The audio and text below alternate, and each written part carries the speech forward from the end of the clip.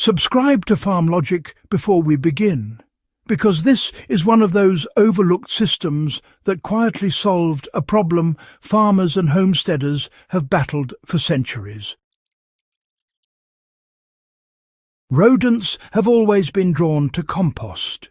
From medieval farmyards to modern back gardens, piles of food scraps and plant waste have fed rats as reliably as they fed soil.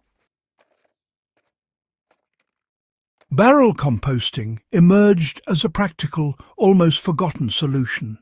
And once you understand how and why it works, it becomes hard to ignore. Why rodents have always followed compost and why history forced people to adapt. Any concentrated source of food attracts animals. In pre-industrial farming communities, open compost heaps were often kept far from dwellings for this reason alone. Even then, rats and mice found them. During wartime rationing and in these really dense settlements, the problem just got worse, you know. Waste had to be recycled back into the soil, but, well, attracting pests was simply not an option. This sort of pressure, it led folks to develop sealed and semi-sealed composting systems. Barrels, casks, and all sorts of repurposed containers became, well, tools of necessity. These weren't exactly high-tech solutions, but you see, they were effective, and they quietly passed from one generation to the next. Now, let's talk a bit about what barrel composting actually is, and, well, what it isn't. Barrel composting is not anaerobic sludge sitting in a sealed drum, and it's not tumbling compost either, though, to be honest, the two are often confused. At its core, barrel composting uses a rigid container with controlled airflow, elevated or sealed at the base to allow decomposition while denying access to rodents. The barrel breathes just enough to keep microbes alive, but not enough to invite chewing, nesting, or burrowing. This balance is what makes the system so effective. Why a vertical container changes everything rodents rely on. Rodents succeed because they dig, chew, and exploit weak edges. Traditional compost piles give them all three.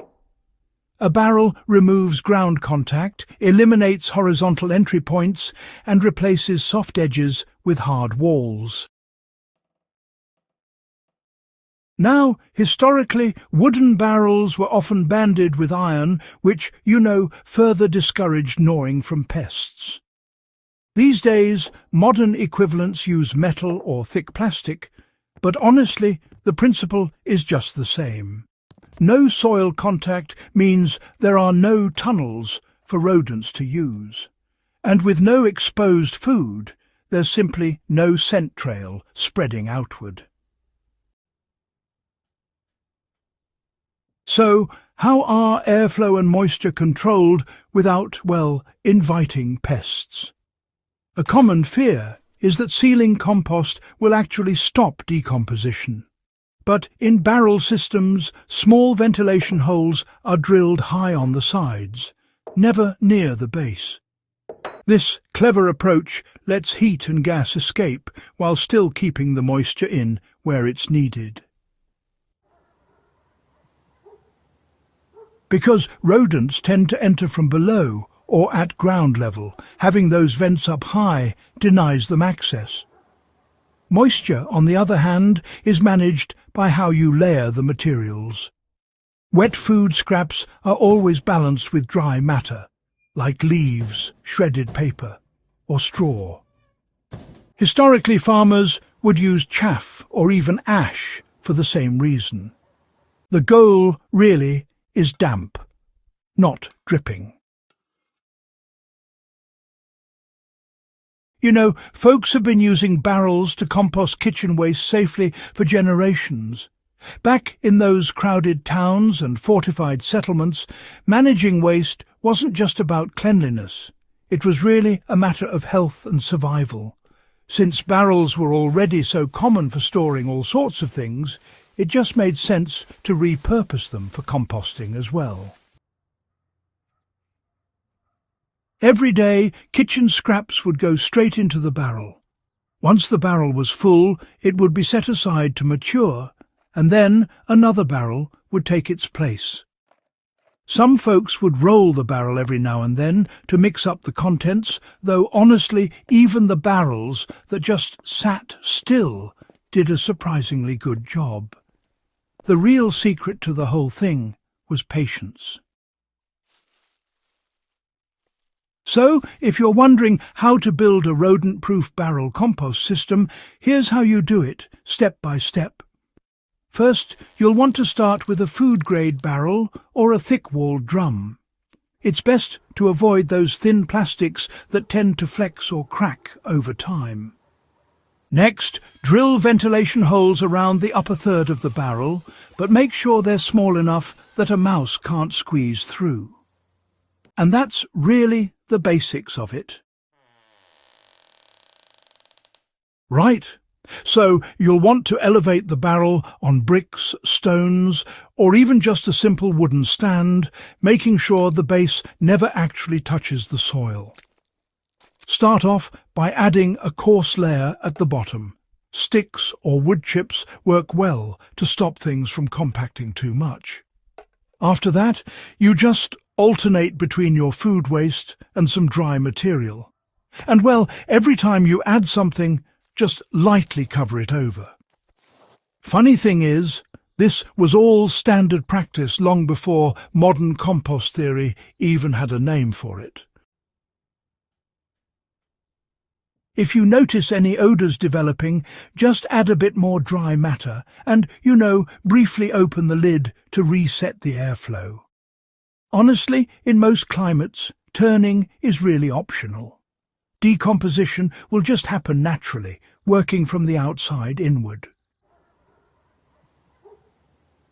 Now, you might be wondering why barrel compost matures differently than open piles.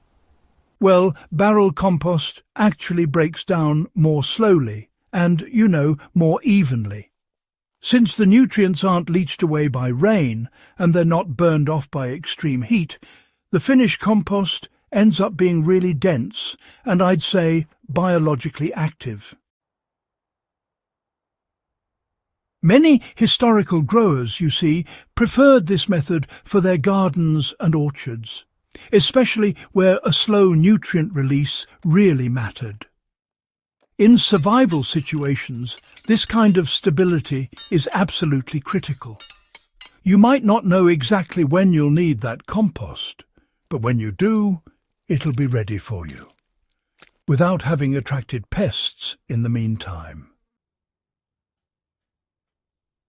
There are times, honestly, when barrel composting outperforms every other method.